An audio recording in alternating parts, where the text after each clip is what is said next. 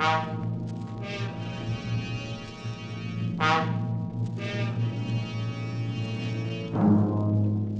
you burned up at the high price of turkeys? Can't get eggs for your pumpkin pie? Want to get away from it all? We offer you escape.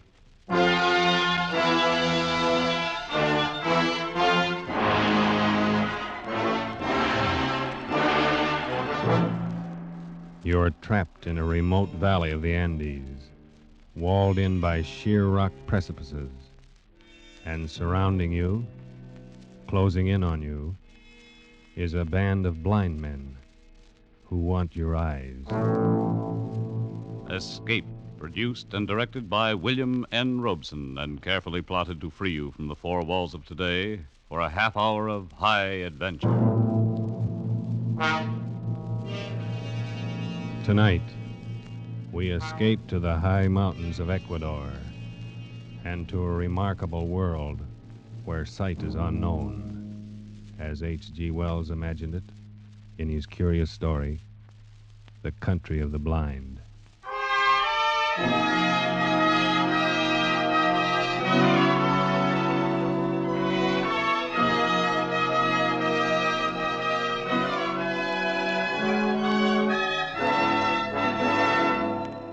My name is Ibarra. I am a mining engineer in Quito, Ecuador, high in the towering Andes. And up until a year ago, my chief sport was mountain climbing. My last climb was an attempt to scale the remote and forbidding peak of Pariscotopetl, a 20,000-foot crag unconquered by man. It is unconquered still. 3,000 feet from the icy summit, our party turned back and fled for their lives. All of us escaped except one, a guide named Nunez, who slipped and fell over the precipice, disappearing into the vast chasm that yawned 10,000 feet beneath us.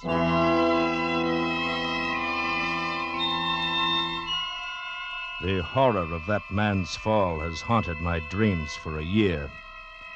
Because of it, I have forsaken mountain climbing for the rest of my life. And that decision still stands, even though today I have seen Nunez. He was sitting on the steps of my shack when I arrived at the mine this morning. At first, I didn't recognize him. He was so much changed. I thought he was a ragged beggar asking alms. Is it you, Senor Ibarra? My name is Ibarra, yes. What do you want? You do not know me, senor. I know, You look like a man I knew once, but he is... Dead? Dead on the slopes of Pariscotopetl? Nunez. No, it couldn't be you. Nunez. That is my name, senor. At least that is the name I remember. But you fell. I saw you fall. Yes. It's impossible that you could have lived. Perhaps the gods of the mountain had some reason to spare me. Nunez, if we'd had any idea that you were alive, but you went down thousands of feet. We couldn't even attempt to find your body. I know. I do not blame you. You could not have reached me. And if you had, I should not have welcomed you at first.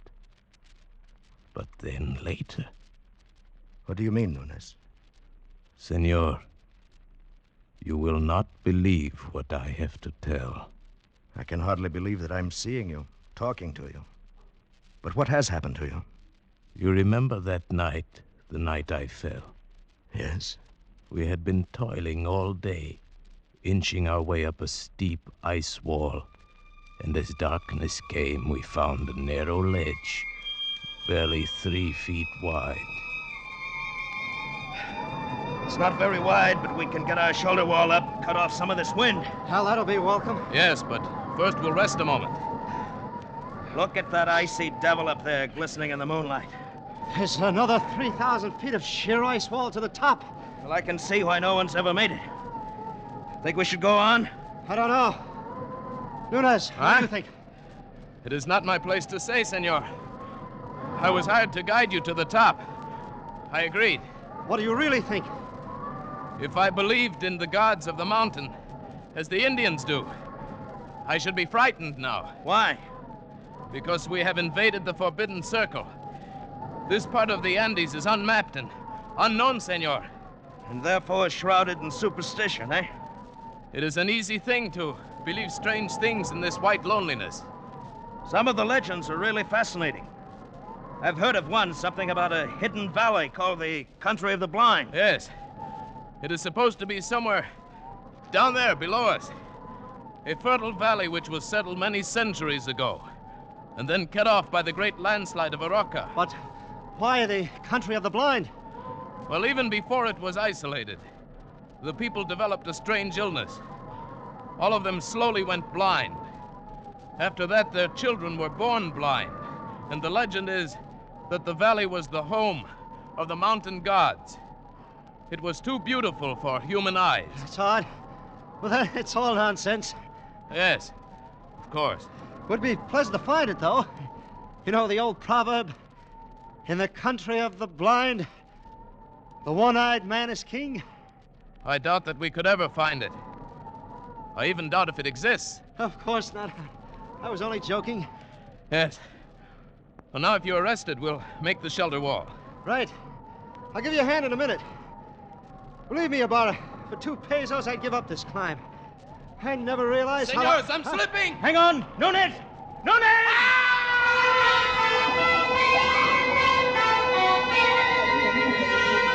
In one horrible instant, my foot had slipped on the treacherous ledge and I'd gone over, falling far out into the icy black night, falling down, down. I fell perhaps 1,000 feet. Then I felt a heavy stinging impact of snow. I'd fallen on an almost perpendicular snow slope. And now I was sliding, down, down, tumbling over and over.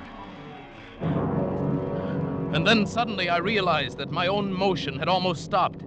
And it was the snow that was moving. I was riding an avalanche. At almost the same moment, I went over the second precipice. It was higher than the first, much higher, perhaps 4,000 feet. I fell with the snow for what seemed minutes, every second expecting the terrible final impact. But the impact never came. Miracle of miracles, that sheer wall blended almost imperceptibly into another steep snow slope. And again I was sliding. Gradually, as the arc of the slope curved away, I felt myself slow down. And finally I rolled to a stop and lay still. When I awoke, it was morning, and I was covered with snow. I shook off the cold white blanket on my chest and rested a moment. And then I rolled over on my back and looked up.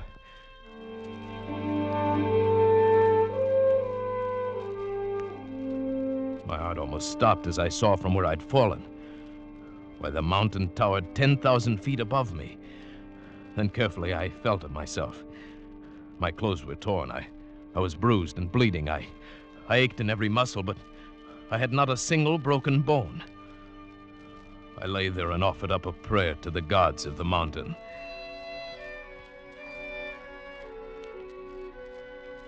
Far below me lay a lush valley sparkling in the morning sunlight. I could see the stately trees and the green meadows fresh with dew. I started down the mountain, but it was still an arduous descent. The farther down I got, the more I realized the beauty of the scene. Why, this was a hidden paradise I'd fallen into, and I was the first man ever to see it. So I thought, but I was wrong. I realized that first when I saw the cultivation in the meadows, and then the walks, well-kept stone walks laid in a symmetrical pattern all over the valley. And then I saw them.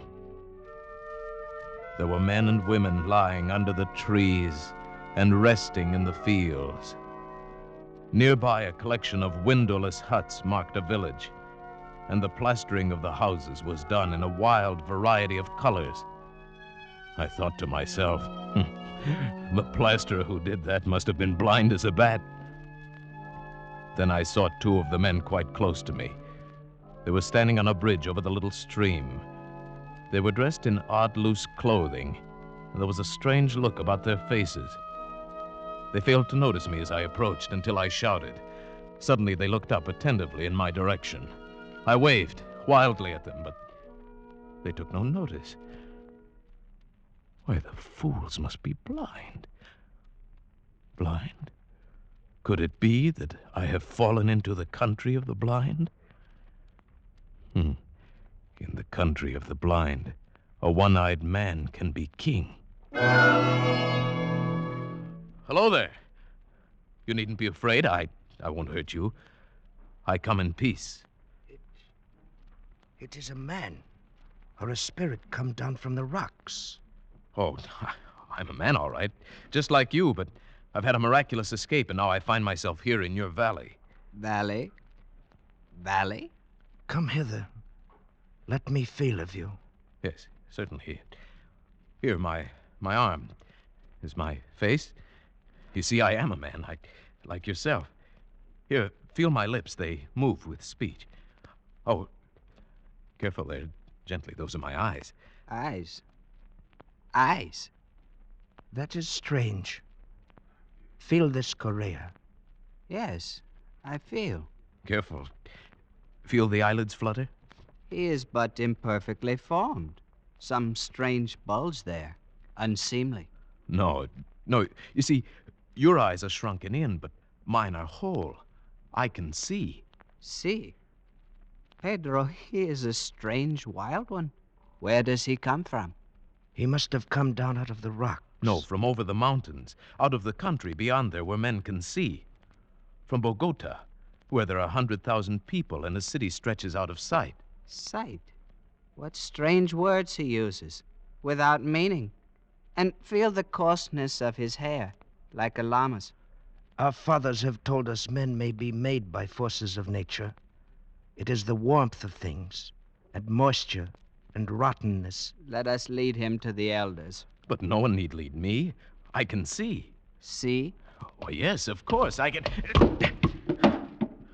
I didn't see your water bucket. His senses are still imperfect. He stumbles and talks unmeaning words. Lead him by the hand, Pedro. But look, Oh, well, all right. These people had been blind for centuries. They had forgotten even the words associated with seeing. And they thought I was an idiot, only half-formed. Especially when they led me into the pitch blackness of one of their windowless huts, and I stumbled over someone. 1,000 pardons, Medina Sarota. He is a clumsy one. I'm sorry I fell down. I couldn't see in the darkness. Who is this? And what is he saying? He is but newly formed, good father. He has come down from the rocks. He stumbles as he walks and mingles words that mean nothing with his speech. He is a wild man out of the rocks. No, I come from Bogota, over the mountains. You hear? Bogota. He uses wild words. His mind is hardly formed. He has only the beginnings of speech. Bogota? Yes, I come from the great world where men have eyes and see. That must be his name, Bogota. He stumbled twice as we came thither. He must be taught. No, you don't understand. I can see, but not in the dark. To you, darkness or light is all the same, but to me, to us who can see, to us outside in the world beyond the mountains... Mountains? What are mountains? Very well, then, beyond the rocks. There is nothing beyond the rocks. That is the end of the world. Oh, but surely you must realize the sky above covers more than just this valley. Sky? Above? There is nothing above but the roof of rock. He is very raw, my children. He shall have to be taught from the beginnings. Now take him away. Feed him. It shall be done, good father. But guide him. See that he does not stumble over my daughter again. Do not fear, Father.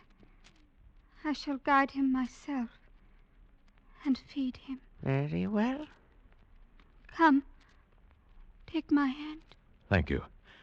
It'll be a pleasure to get outside again, out of this darkness. Come this way. Yes. What is your name? Medina Sarote. Mine is Juan Nunez. Oh, sunlight. Oh, this is better. And now I may look at you. Why, you're beautiful. I cannot tell you what a wonderful thing you are to see. Please, you must be careful. Why? If you do not learn quickly and cease speaking such strange words, they may not be so kind to you. They might be angry. They might even destroy you.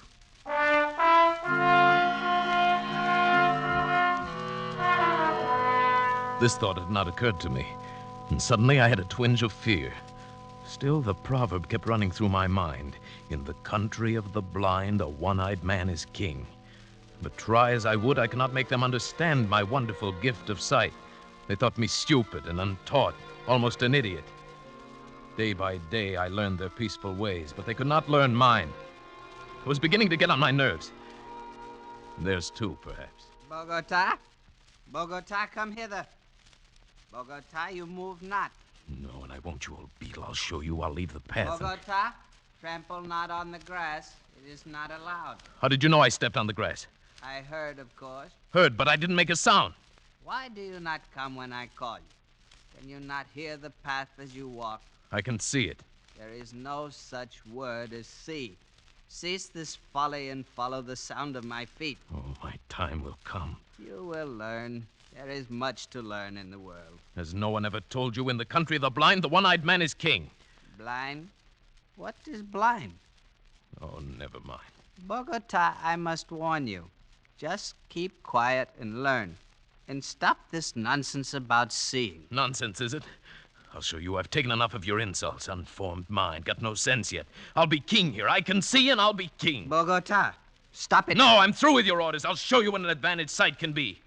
I can hit you and hurt you, and you can't see me to strike back. Bogota, put down that spade. You devil, your ears are sharp, aren't they? Bogota, there must be no violence. By heaven, I'll hit you if you come any closer. I swear I will. Put down that spade and come off the grass. You don't understand. You are blind, and I can see. I can see. Bogota. I'll hurt you. I swear I will. Put down that spade. Leave me alone! I hit him with a spade and ran. Over the wall outside the valley, back to the rocks, back to the cliff I'd come from. When I reached that sheer rock wall, I knew there was no place to go. For 2 days and nights, I stayed outside the valley. I grew hungry and cold. Then I realized the hopelessness of my position. I was trapped. I must spend the rest of my life here. There was no way out. So I went back. I confess, O chief of the elders, I was mad. I admit I was only newly made. That is better. And do you still think you can see? No. That was folly. The words mean nothing less than nothing. And what is overhead? Rock. There's a roof above the world, a roof of rock and very smooth. Very well. And Please, before you ask me any more, give me food or I shall die. very well, give him food. Medina Sarate. Yes, Father. And after that, we must put him to the most menial tasks in the village. Guard him well.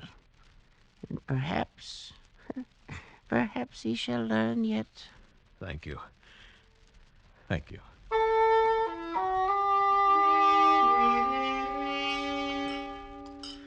Oh, that is better. You are kind, Medina Sarote. Very kind. I am glad you came back.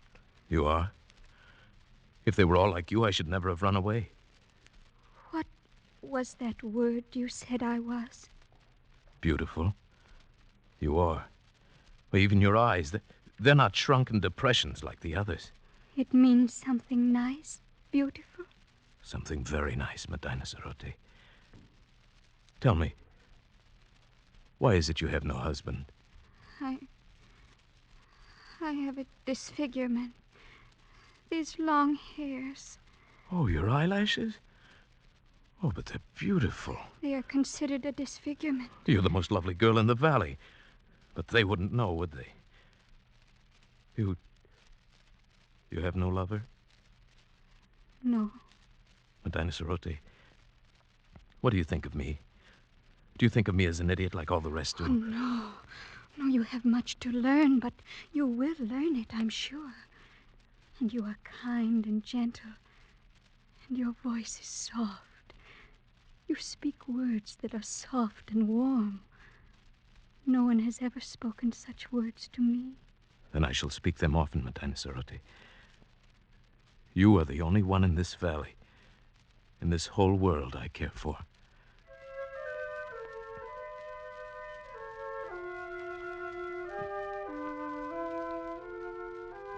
And so it began. I, the village idiot, the slave boy who dreamed to be king. I, with my eyes still whole, fell in love with Medina Cerote, the daughter of the elder of the village. Only to her could I open my heart without fear. Only to her could I speak of the beauty I could see around me. Oh, it is a beautiful valley, Medina Cerote. Green with grass and yellow with sunlight. And flowers, bright flowers dotting the hills. And in the cool of the night, the stars gleam like diamonds in the sky. Oh, the words sound lovely. But what are stars? Stars? Why, No, you wouldn't understand. And what do you mean, in the cool of the night? You still get that confused one. The night is warm. The day is cool. Oh, no, it is you here who have them backwards.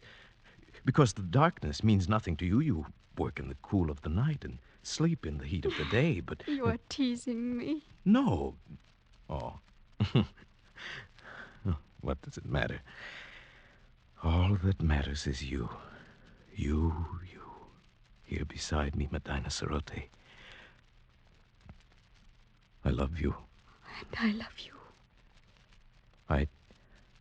I know they still think me an idiot, but you listen to what I say, and you don't think me an idiot, do you? Oh, no. I like to hear you speak. Then, would you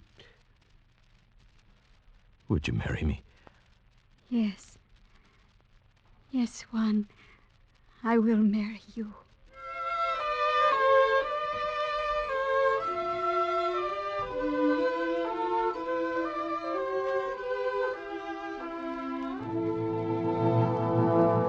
No, I will not have it. But, Father... He is an idiot. He has delusions. He cannot do anything right. But he is getting better. He's better than he was. And he is strong and kind. Stronger and kinder than anyone in the world. And he loves me. And I love him. No, I will not have it. Great sire, if you please. What is it, good doctor? I have examined Bogota, and the case is clear to me. I think very probably he might be cured. Huh? And how might that be done? His brain is affected by something. I believe I know what it is. Those queer things he calls eyes. Where we have but an agreeable depression, he has great lumps with flaps over them that move and long hairs. Consequently, his brain is in a constant state of irritation. But what can be done to cure him? A very simple surgical operation. Remove the cause of the irritation. We will merely cut out his eyes.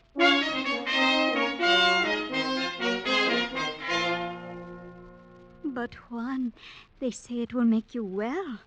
It will make you look like us. But you don't understand, Medina Cerote. My world is sight. You would not want me to lose my most precious possession. I don't know. There are so many beautiful things to see. The flowers, the far sky with its drifting clouds, the sunsets, the stars. And you. If only just to see you it is good to have sight. And I would never see you again. Juan, I love to hear you say these things, even though I know it is just your imagination. But, my dear, these things are real. No, they are fancies. This is real. If you will let them cut out your eyes, we can be together always. Then you want me to? Oh, if you would. If only you would. What else can I do? My dearest one. My dearest, with a tender voice. I will repay you. Oh, Medina. Be brave. And carry my voice in your thoughts. Now I must go. And tomorrow, Yes. tomorrow will be forever. Goodbye. Goodbye, Medina.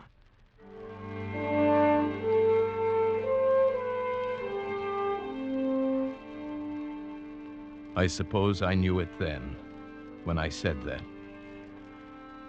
I only meant to go up on the rocks and look out over the valley, to spend my last days feasting my eyes, my precious eyes, on the wonderful, beautiful world of light and color. But when I got there, it was too beautiful, too lovely, this valley, this home of the mountain gods. Beautiful and forbidden. I drank it in. The green of the fields, the blue of the gently curving stream, the orange of the lichen in the rocky crevices. I climbed higher to see the great snow-capped peaks towering above and away to the distant sky, and still higher as the shadows turned the snow to purple and crimson and deep blue. The valley now was far below and as beautiful as a painting. But like a painting, it seemed unreal. Medina Sarote was small and far away, a distant dream. And the world of sight was here, all around, overpowering, wonderful. I turned and began to climb up that sheer rock wall.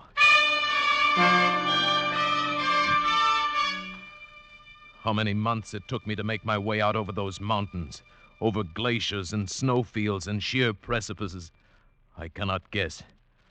How I lived through the cold and hunger of it, I cannot tell you.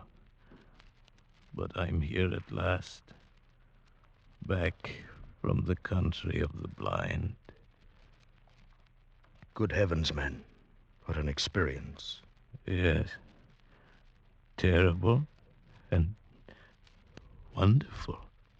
But you aren't sorry you came back? Sorry?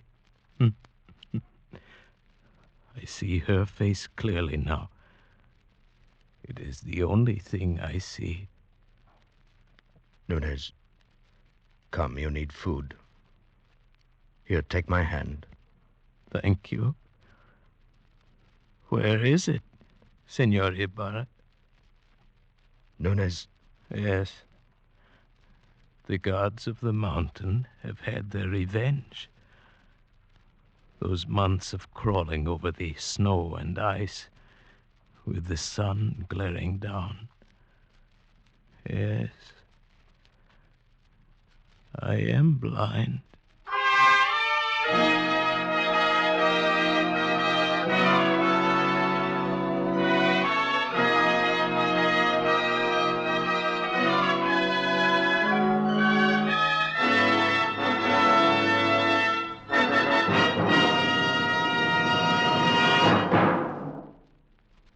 Escape is produced and directed by William N. Robeson, and tonight presented The Country of the Blind by H.G. Wells, adapted for radio by John Dunkel, with Paul Frees as Nunez, Peggy Weber as Medina Sarote, Bill Conrad as Ibarra, and Harry Bartel as Correa.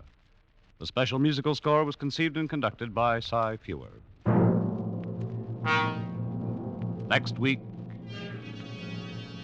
when you're tired from a hard day at the office, or your back aches from bending over a hot stove, next week at the same time, when you want to get away from it all, we offer you Escape. this is CBS, the Columbia Broadcasting System.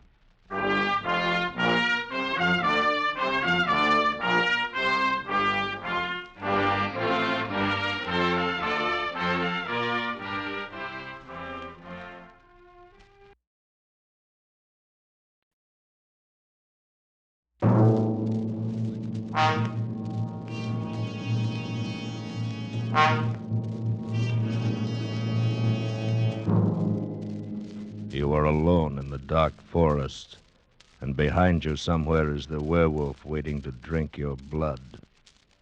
And you desperately desire the impossible, to escape.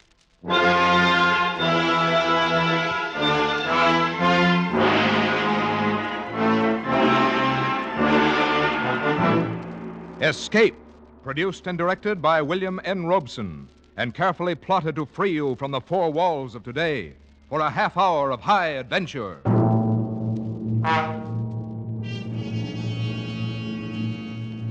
Tonight we escape to the backward world of Eastern Europe, where ancient superstitions still live in the minds of men.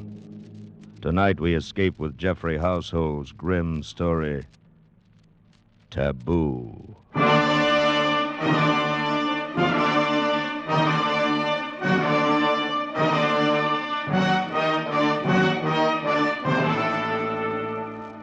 Among semi-civilized peoples, there has always been widespread belief in werewolves, those fantastic creatures supposedly able to turn from man or woman into wolf and back again at will. This belief is still widespread among the simple folk of eastern Hungary, in the district around Zweibergen, high in the gloomy Carpathian Mountains, and I must admit not without some reason. Before the late war, I often spent my vacations in that area, drawn to the dark loneliness by the pull of my Slavic blood. It was the same with her, perhaps, and our kindred ancestry no doubt drew us together. Her name was Kira Vaughan, and she was there with her husband, a pleasant young Englishman. They were obviously much in love, and I felt almost like an intruder when I found myself the only other vacationer in the village. However, they made me welcome and invited me to dinner. It was an excellent dinner. Won't you have some more strawberries, Mr. Shirabia? Oh? Thank you, no, Mrs. Vaughan. I've eaten far too much already. I cannot say when I've had so excellent a dinner. Thank you. I'm sure I shall get nothing like it at the inn. I should hate to have to stay at the inn. You see, Shiraviev, my wife is one of those delightful creatures who cannot stand to be shut in. She must run free, preferably in the woods, with her hair streaming in the wind. She's quite unusual. Indeed she is, my dear Vaughan. And you may count yourself most fortunate. Oh, I do. Where else should I find so good a cook? Oh, very true. I've never tasted venison quite like that tonight. Delightful. Thank you. Another of her little victories. She delights in outdoing the ordinary housewife. She disdains the village shop and gets her meat right off the hoof. Oh? You do your own hunting? Oh, dear, no. Not that. She's much too kind-hearted and loving a person for that. She's found a new source. The district game warden brings fresh venison to our door. Oh, it's not he, but his son. True, the game warden's slightly moronic son, who is, I'm sure, in love with her. Oh, that's ridiculous. Oh, not so. It's quite understandable. I'm beginning to fall in love with her myself. You see, my dear. Thank you, sir. Seriously, though, I can understand this wild desire to be free. This wish to, as you put it, run in the woods with the wind in your hair. It is some legacy of our Slavic blood, no doubt. Yours and mine and the game warden's moronic son. Somehow we feel at home in these dark forests. Oh, you too. Yes. And I don't. I confess it, I don't. There's something here that frightens me, something strange and inhuman and taboo. Darling. I'll confess something, Kiraviev. I don't like Kira to go out into these forests alone. Maybe I'm afraid that someday this emotional impulse of hers will get the better of her and she'll just disappear, like those two men last week. Oh? What was that? Have I missed some exciting happening? No, not really. Though you'd think so to hear the villagers talk. A fellow coming home through the woods after dark just disappeared. Probably got fed up with life here in the village and lit out for Budapest. And, what about the other one? Oh, yes. Well, a search party went out the next day to look for the fellow. When they got back, they found one of their party was missing. Evidently, he'd taken the opportunity to skip out, too. Is that what you really think? Well, why not, my dear? If those men had been done away with, it might have been by something supernatural. And there's no such thing. But might it not have been some wild animal? Oh, the bears around here are harmless and the wolves are not in pack. At any rate, there would have been some sign, some blood, track, something. There was nothing. They simply disappeared, vanished, skipped out. Richard, how can you be so callous? You see the paradox? My wife, who loves the woods, believes the fantastic tales of the villagers.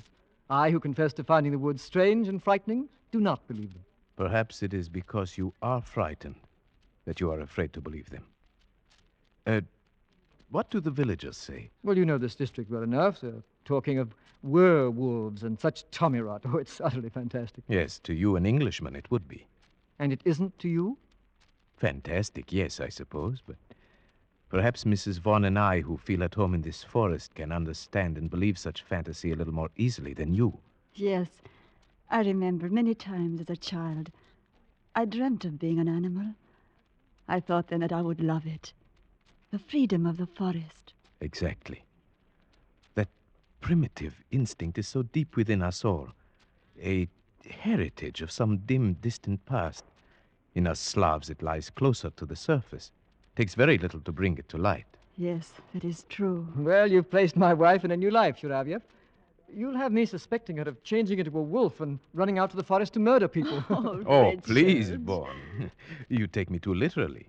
And besides, it is a shame to spoil so delightful a dinner with so gloomy a conversation. Right. Shall we go into the living room? There's a cheerful fire in there. Oh, yes? What is it, Frida?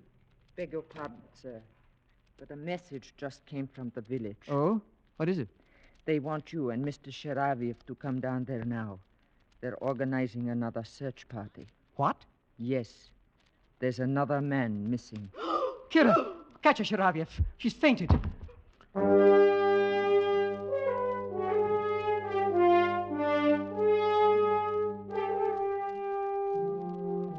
It was only then I realized that these people were under a terrible tension. I was to learn very quickly that the whole village shared it. Every able-bodied man in the district was at the inn when we arrived. The magistrate explained the situation. The grocer. He went into the forest late this afternoon hoping to bag a blackcock for his supper. A little after dusk, a solitary shot was heard. That was 3 hours ago, and he has not returned. But only 3 hours? Isn't there a chance that he might still return? A chance, perhaps, but the other two did not. It will do no harm to search for him. We may still be in time to save his life.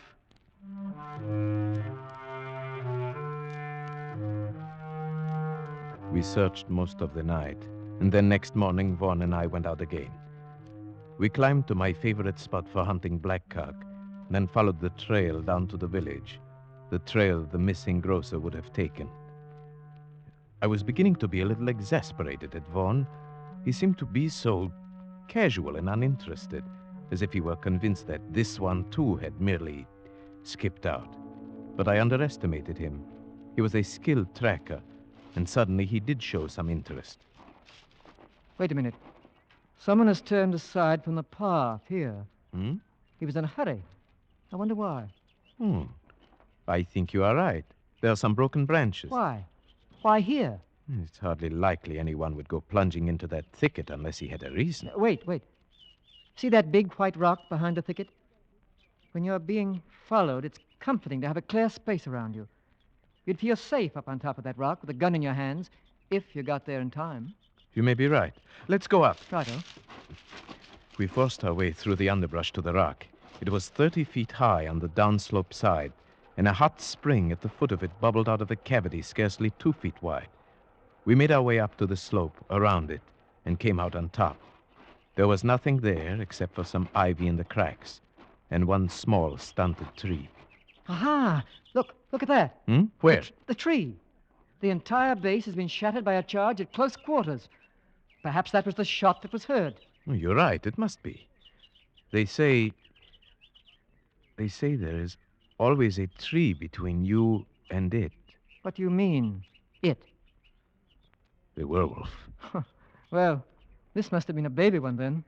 That mark is only 6 inches off the ground. No. I think the man's gun went off as he fell. Perhaps he was followed too close as he scrambled up. About here would be where his body would have fallen. Do you see anything? I don't. No blood stain. Yeah, wait. Look here. Oh, but it's just a tiny spot. Well, it's enough. It's blood, all right. And something more. A tiny bit of tissue. Let me see. Yes. Brain tissue. It must have come from a deep wound in the skull, made by something like an arrow or a bird's beak. Or maybe even a sharp tooth. But where's the body? There is absolutely no other sign. No evidence of its being dragged off anywhere. No, I can't see any either. It's very strange. But at least we know one thing, Vaughn. This man did not just skip out. This man was dead or dying.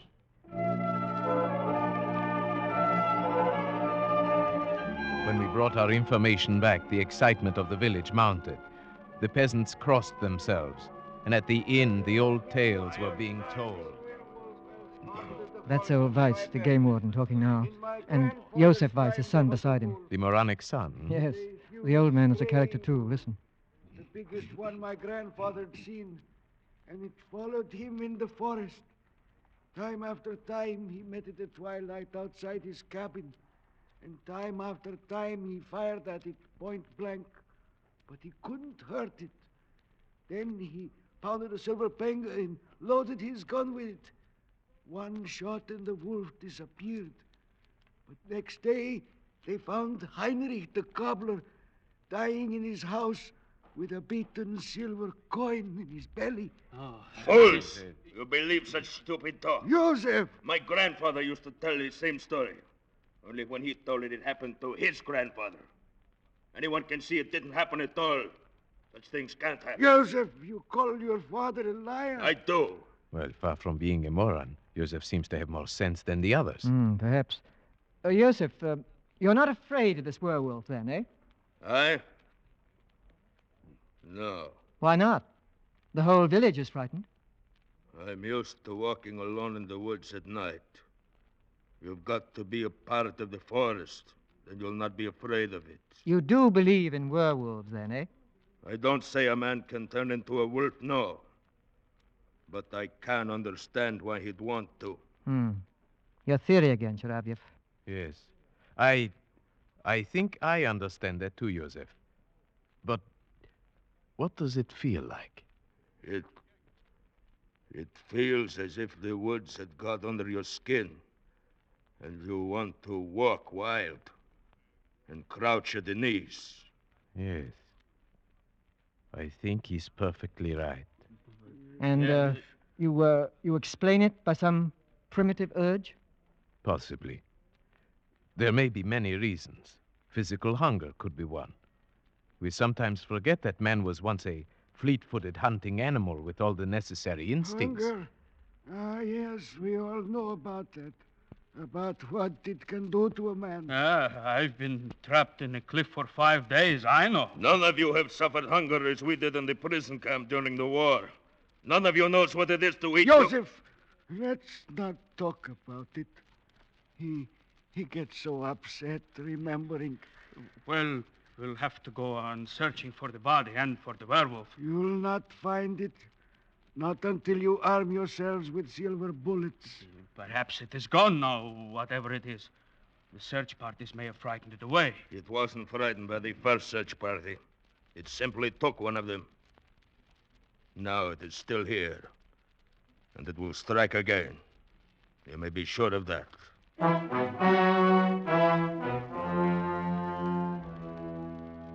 The whole village believed that Joseph Weiss was right. They traveled in the woods by twos now. No one went alone. For a week, village life was disrupted. The men beat the forest, the women tried to comfort each other. Kira wore herself out trying to be useful. The village women could not help loving her. But there was something else. Something strange. One day I spoke to Frida, the maid, about it. Yes, she is a strange one, Mr. Sharivia. Even I have seen her going out to walk alone in the woods at twilight. The women in the village think she is possessed. What do you mean, possessed? I hesitate to say, sir. Come, tell me. They are beginning to say sometimes the werewolf can be a woman.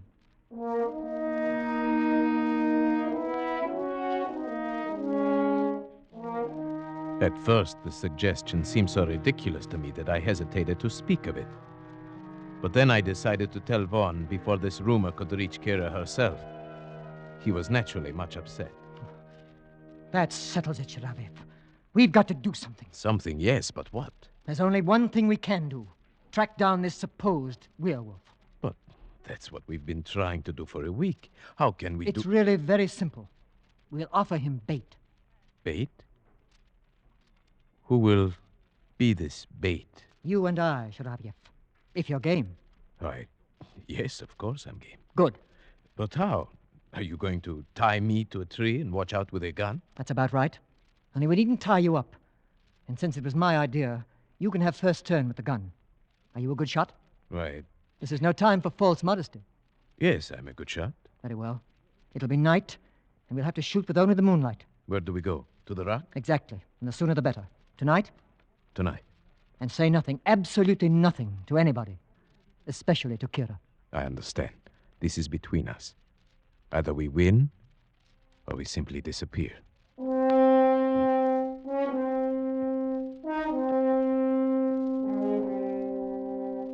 It was difficult getting away without telling Kira what we were going to do.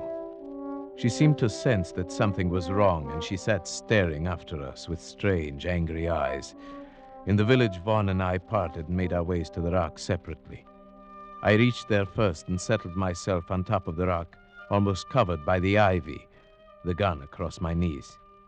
Presently, Vaughn appeared on the path, and I gave the signal that I was there and ready.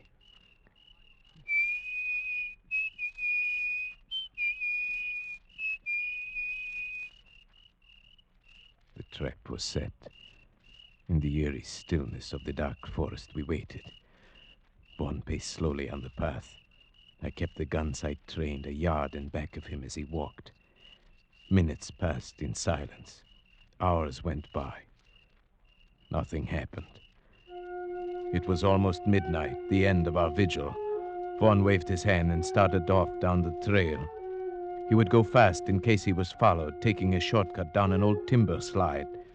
He'd be in the village in 10 minutes. I was to follow presently. And then suddenly I got an intense feeling of dread. I was alone on the rock. My spine tingled, and then I heard a quick rustle in the ivy behind me. Something brushed my face. It was only a bird. A night bird had lit in the ivy and now swooshed past me and flew away. My nerves were still tingling when I got back to the village.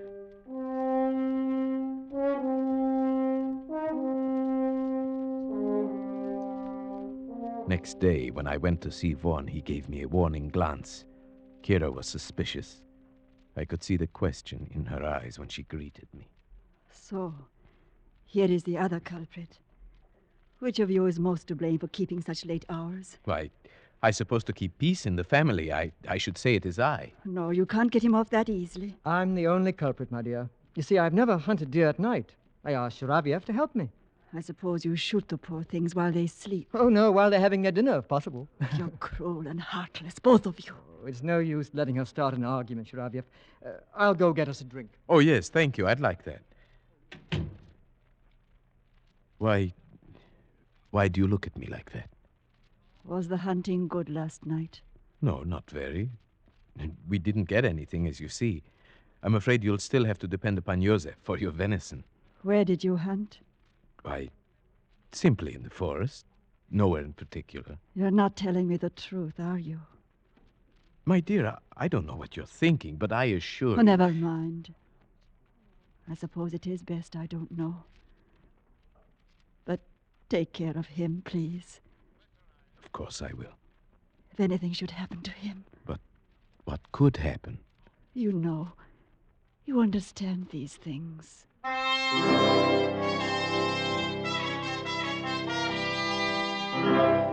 That night, I was the bait.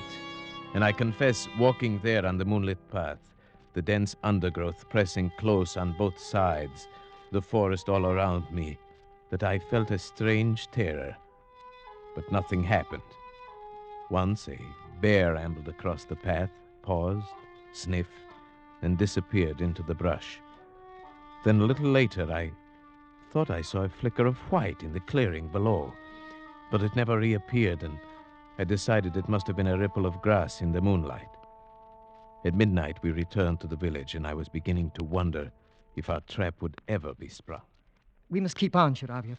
I have a feeling that tomorrow night, perhaps, or the next night... I'm game as long as you are, but so far we've only lost sleep. I've got to keep on. Have you forgotten about Kira? The things they're saying about her? No, of course not, but surely these people would not do anything to her? It's not that. It's what it might do to her spirit if she were to hear those insane rumors. She's so sensitive. I don't like to think about it. Then, shall we go out again tomorrow night? Yes. You must come to dinner, though, first. Weiss is bringing down more venison. Kira will want you to come. All right. Till tomorrow night, then.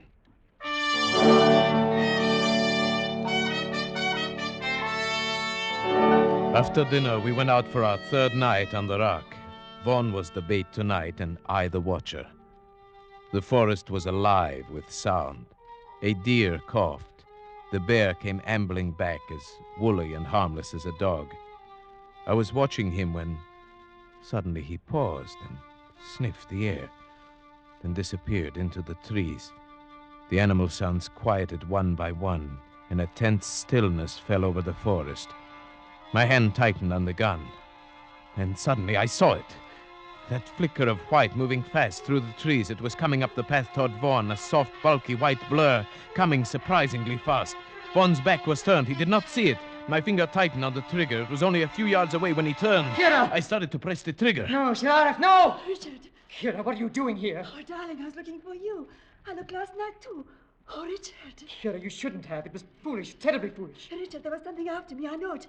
That's why I was running. Kira, you shouldn't be out here alone. But what about you?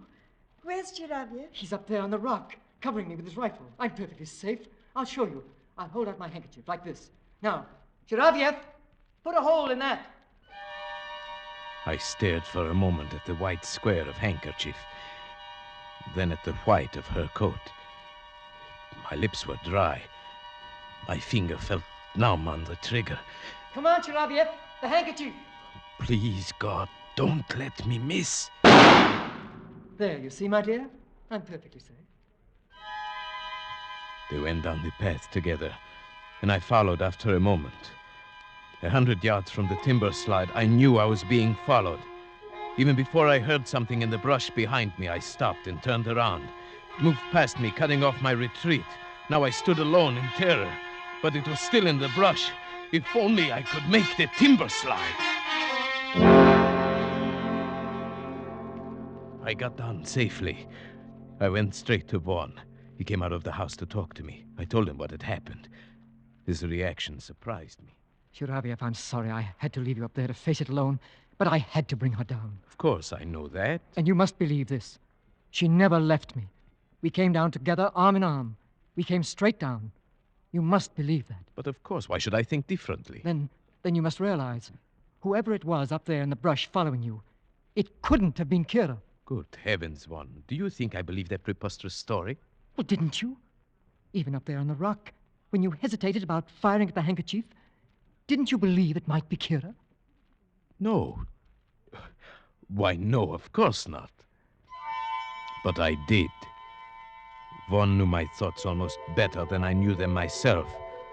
Yes, that was why my lips were dry and my finger numb when I pressed the trigger. I had refused to admit it even to myself. And now was I sure, even now. That night, Vaughn was excited.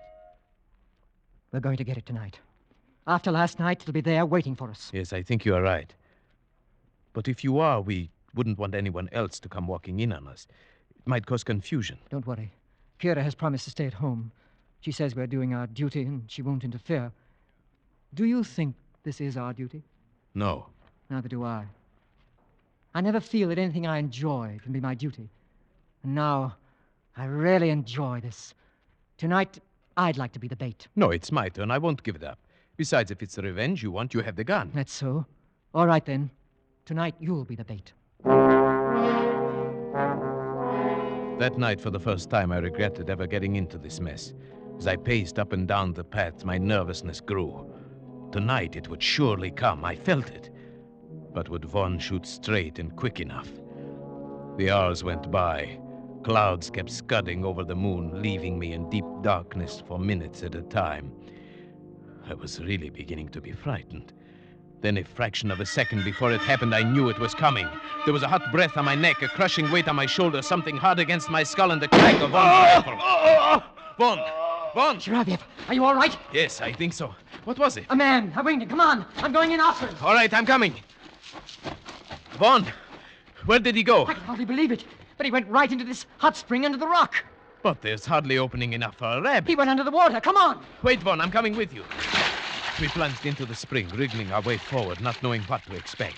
Vaughn held the rifle high above the water, but there wasn't room enough for our heads. We had to hold our breath and plunge forward, Luckily, it was only a few feet. I emerged and took a breath.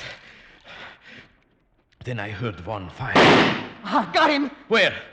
Shine the flashlight. There, at the other side of the cave. Yes. Who would have thought there would be a cave here? Oh, that anyone who could have gotten through that spring. It was a perfect hiding place. Yes, but it does him no good now. Turn him over. Let's see who our werewolf is. Yes. Why? It's Weiss. Joseph Weiss, the game warden's son. Well, why didn't we think of that? We all knew he was not quite sane. More than that, he almost told us. Remember, he said, I do not believe a man can turn himself into a wolf, but I know why he'd want to. Yes, and he described the feeling to walk wild and crouch at the knees. He knew that feeling. He knew it too well.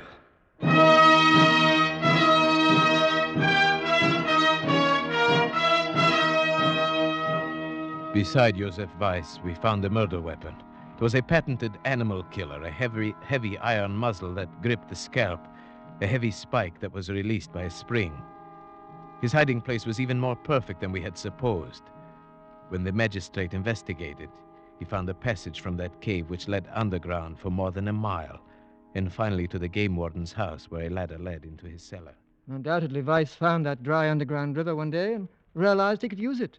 Perhaps that is what caused his mind to snap. Yes, it released a long pent-up spring in him, like that weapon he used. He saw that he could run in the woods like an animal, disappearing and reappearing with perfect safety. It even offered a place to bury his victims without a trace. And so your theory proved correct, that there's a murderous, primitive instinct lurking in some people. Yes. Well, it's all explained excepting what he did with the bodies. It would serve no useful purpose to speculate on that now. Yes, I suppose you're right. Kira, you haven't said anything. Why did you have to shoot him? Kira, he was a murderer. He tried to murder Shiravyev. Is it murder when a wolf kills? A dumb animal? Frightened of intruders? Kira! You understand what I mean, don't you, Shiravyev? You understood that night when you shot the handkerchief, just as I have. It might have happened to any of us, you see. Kira, what do you mean? Take me away from here, Richard. Just take me away quickly.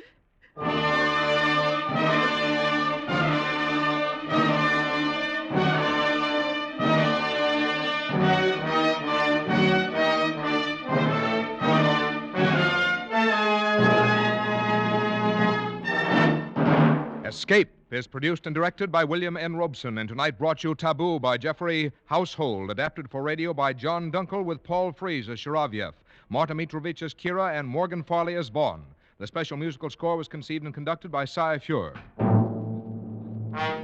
Next week, you were standing on a bridge over Owl Creek with a noose around your neck. You have only a few seconds left to live. A few seconds left to plan your escape.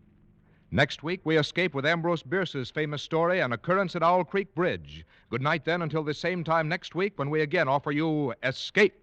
This is CBS, the Columbia Broadcasting System.